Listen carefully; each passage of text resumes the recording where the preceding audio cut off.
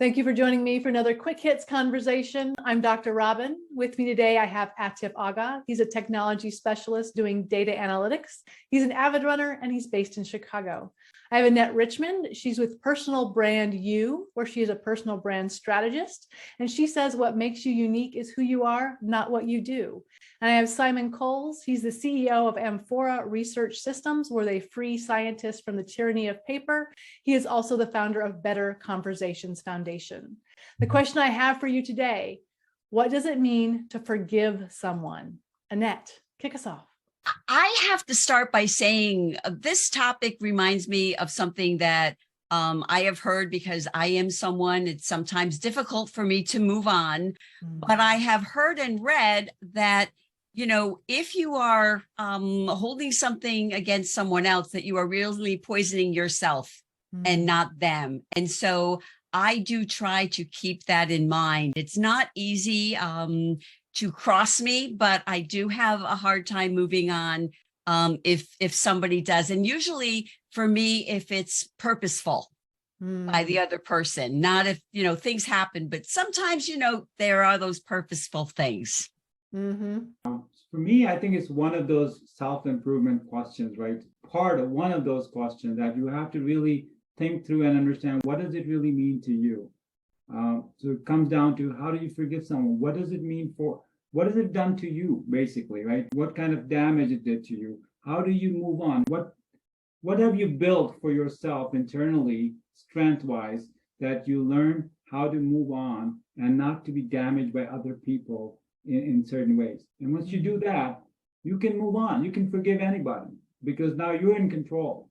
I think the main thing for me is that it's a moving on thing.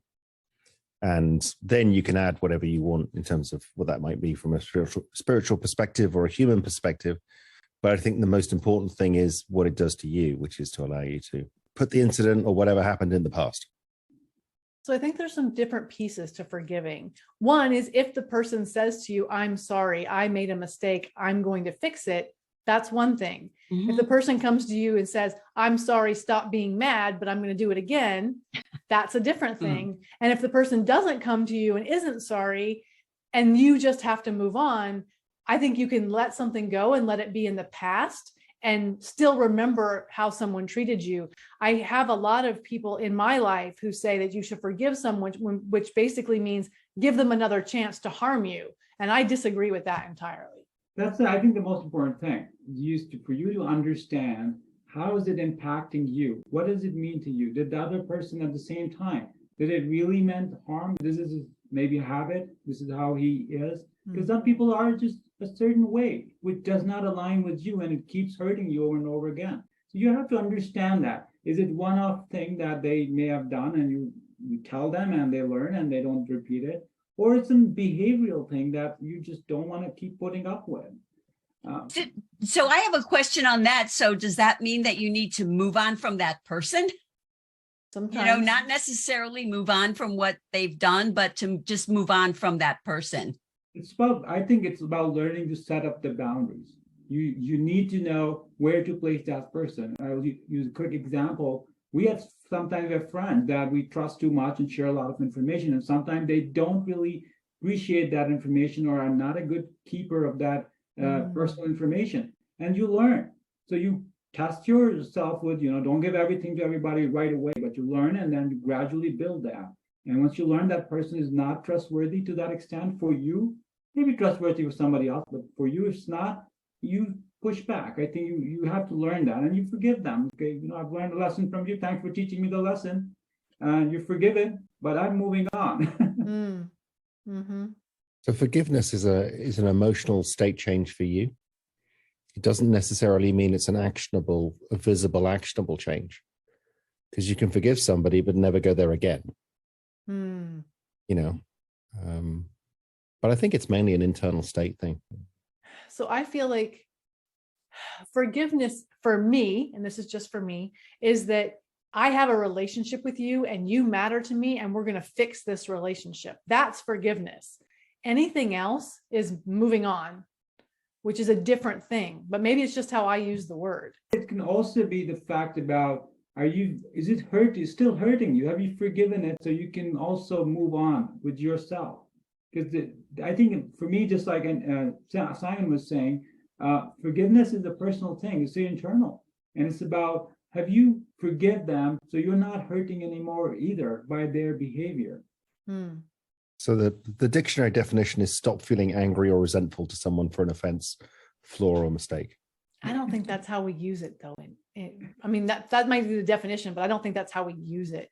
Because stop being resentful is completely different than have a relationship fixed. Annette, you were going to say something. We interrupted you. Yeah, I was going to ask for thoughts on, I have, heard and read that it's a good idea to write someone a letter if they have crossed you, wronged you, or whatever, to write it all out, get everything out, but not mail it. Right, Burn it or whatever. And so I have found that can, be helpful to me sometimes, but I'm just wondering what other thoughts are about that. I think writing or just sharing or just internalizing in any way you feel comfortable is the best way to help you move on. This may not be something you're seeking from the other person. There are people in my past who have done some pretty hurtful things, and I am past it. Like, I don't hold bitterness about it. It's not harming me anymore, but I'm still annoyed if I see them do the same thing to other people. Like, they haven't learned, they're still being hateful to other people, and that still bothers me. So I certainly haven't forgiven them because I haven't moved past it in that way to let them do it more. Does forgiveness mean that you would allow them to do it again? And I don't think it does. Mm-mm. It's a single incident thing, not a free pass. Yeah.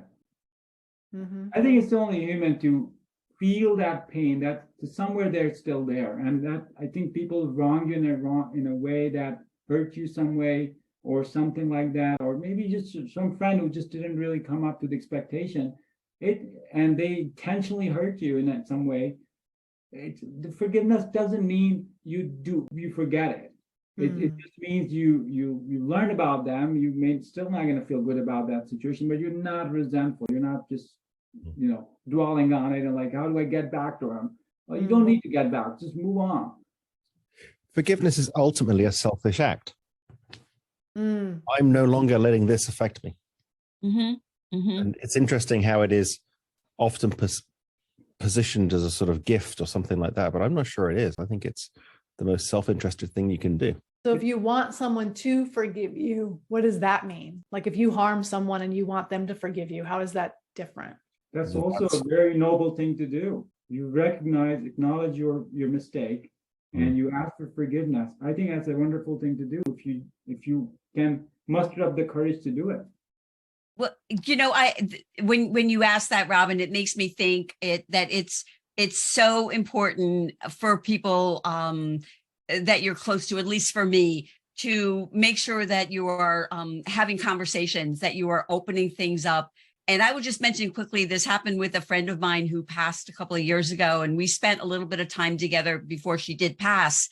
And one of the best gifts for me was the fact that nothing was left unsaid. We talked about some things where, although we've been friends for most of our lives, that we had hurt each other unintentionally.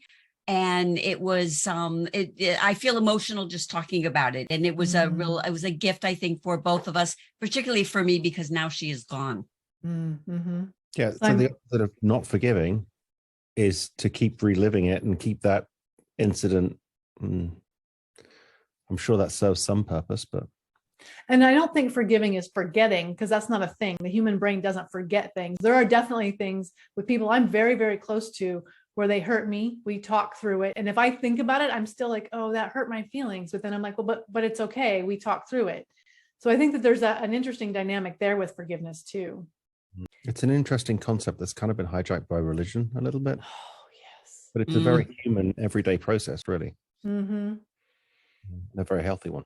And I don't think that we talk about it enough, about what it actually means for someone to say, I'm sorry. And for someone else to say, I forgive you. What is that? What are those transactions? What do those words actually mean? And I think that that's a conversation too. So that is our 10 minutes. Thank you for having this conversation with me. I do think it's a difficult one, and I am very thankful that you were willing to do it. I look forward to speaking to each of you again really soon.